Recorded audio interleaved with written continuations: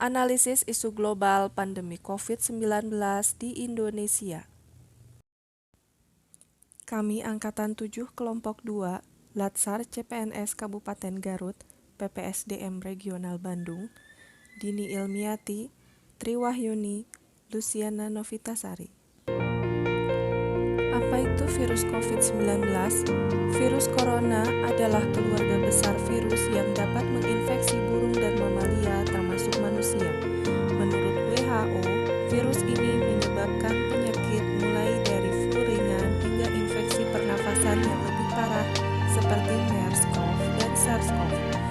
Virus corona bersifat zoonosis, artinya ia merupakan penyakit yang dapat ditularkan antara hewan dan manusia. Rabies, malaria merupakan contoh dari penyakit zoonosis yang ada. Begitu pula dengan MERS yang ditularkan dari unta ke manusia. Awal mula COVID-19 di Indonesia. Virus COVID-19 pertama kali ditemukan pada Desember 2019 di Wuhan, ibu kota provinsi Hubei, Cina, dan sejak itu menyebar secara global di seluruh dunia dan menyebabkan pandemi. Kasus positif COVID-19 di Indonesia pertama kali dideteksi pada tanggal 2 Maret 2020 ketika 2 orang terkonfirmasi tertular dari seorang warga negara Jepang. Pada tanggal 9 April 2020, pandemi sudah menyebar ke 34 provinsi dengan DKI Jakarta, Jawa Barat, dan Jawa Tengah sebagai provinsi paling tinggi terpapar virus corona di Indonesia. Organisasi WHO mendeklarasikan wabah coronavirus sebagai kesehatan masyarakat darurat internasional pada Januari 2020 dan pandemi pada 11 Maret 2020. Waspada virus corona. Penularan dari manusia ke manusia lewat cairan batuk, bersin, berjabat tangan. Virus ditularkan jika Anda menyentuh cairan orang terinfeksi, lalu menyentuh mata, hidung, mulut. Gejala-gejala, batuk, pilek, sakit tenggorokan, demam, sakit kepala, sesak nafas. Pencegahan coronavirus. Sering cuci tangan pakai sabun, gunakan masker bila batuk atau pilek, konsumsi gizi seimbang, perbanyak sayur dan buah, hati-hati kontak dengan hewan, rajin olahraga dan istirahat cukup, jangan mengkonsumsi daging yang tidak dimasak. Bila batuk, pilek, dan sesak nafas, segera ke fasilitas kesehatan. Perkembangan COVID-19 di Indonesia, Sabtu 19 Juni 2021. Kasus positif COVID-19 sebanyak 1.976.172. Pasien sembuh COVID-19 1.786.143. Jumlah pasien meninggal 54.291.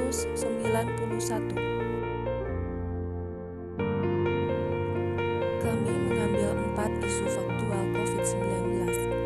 Kurang tersedianya tempat isolasi COVID-19 di Kabupaten Garut, virus COVID-19 varian baru, vaksinasi COVID-19, program pembelajaran tatap muka kembali ditunda. Langkah-langkah analisis isu scan atau metode pentahelik, metode USG, Fishbone, SWOT. Analisis pentahelik. Pemerintah. Peraturan Presiden Nomor 82 Tahun 2020 tentang Komite Penanganan Coronavirus Disease 2019 dan Pemulihan Ekonomi Nasional. Peraturan Presiden Nomor 99 Tahun 2020 tentang pengadaan vaksin dan pelaksanaan vaksinasi dalam rangka penanggulangan pandemi coronavirus disease. Peraturan Bupati Garut Nomor 22 Tahun 2020 tentang pelaksanaan pembatasan sosial berskala besar dalam penanganan coronavirus disease 2019. Masyarakat melakukan anjuran pemerintah untuk melakukan protokol kesehatan 5M dan melakukan vaksinasi guna menekan persebaran virus COVID-19. Media massa menyebarkan informasi positif dan persuasif agar masyarakat mau mematuhi anjuran pemerintah untuk melaksanakan protokol kesehatan dan melakukan vaksinasi. Akademisi memberikan penjelasan kepada masyarakat akan bahaya penyebaran virus COVID-19. Peneliti melakukan penelitian lebih lanjut mengenai virus COVID-19 demi kepentingan iptek. Menentukan isu prioritas.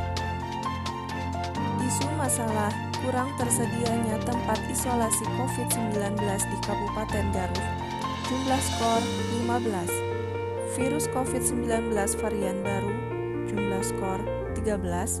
Vaksinasi COVID-19. Jumlah skor 10. Program pembelajaran tatap muka kembali ditunda. Jumlah skor 13. Maka jumlah skor terbanyak berada pada isu masalah kurang tersedianya tempat isolasi COVID-19 di Kabupaten Garut. Teknik analisis Fishbone, kurangnya tempat isolasi COVID-19 di Kabupaten Garut. Aspek lingkungan, masih banyak masyarakat yang tidak menggunakan masker keluar rumah. Banyak masyarakat melakukan kegiatan dengan berkerumun. Ada sebagian masyarakat yang menganggap COVID-19 adalah konspirasi. Penyebaran virus yang begitu cepat. Aspek sistem, minimnya jumlah tempat-tempat tidur di Vaskes, kurangnya informasi kesehatan mengenai 5M dalam rangka mencegah penyebaran COVID-19, tidak dilakukannya triase di awal pelayanan. Aspek safety, isoman yang tidak efektif memaksa pasien terkonfirmasi COVID-19 keluar rumah, alat pelindung diri yang terbatas. Aspek skill, kurangnya pengetahuan tentang cara isolasi yang benar, kurangnya pengawasan pasien soman menyebabkan klaster keluarga. Aspek tingkat 1. Analisis SWOT, kekuatan.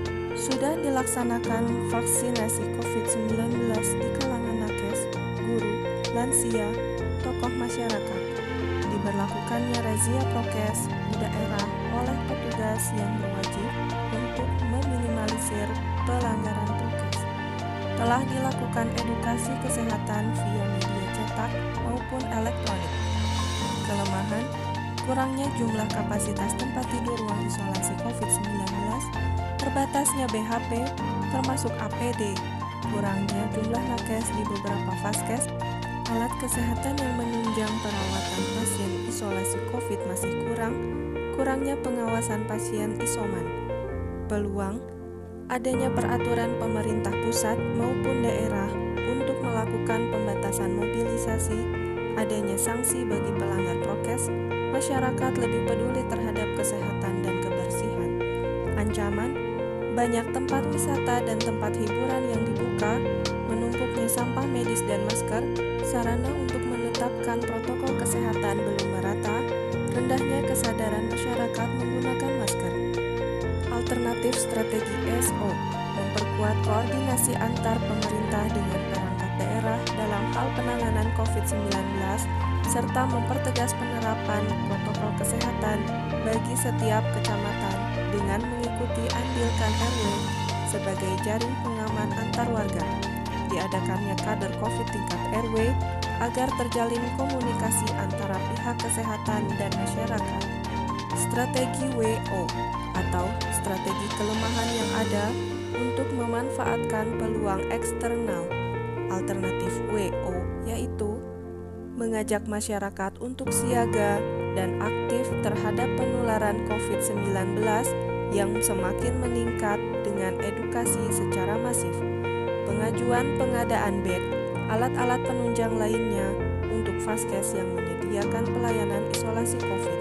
Seluruh gugus tugas COVID melakukan pemantauan serius terhadap masyarakat yang isoman di setiap wilayah kerjanya. Strategi ST atau strategi ancaman adalah strategi untuk mengoptimalkan kekuatan internal yang dimiliki dalam mengantisipasi ancaman. Alternatif strategi yaitu tenaga kesehatan berkolaborasi dengan perangkat pengamanan untuk melakukan pengawasan di tempat-tempat wisata atau hiburan. Bagi Bagi tempat wisata atau tempat hiburan yang masih melanggar protokol kesehatan, diberi edukasi. Strategi WT atau strategi kelemahan ancaman adalah strategi meminimalkan kelemahan internal dan menghindari ancaman eksternal. Demikian pemaparan kami. Terima kasih.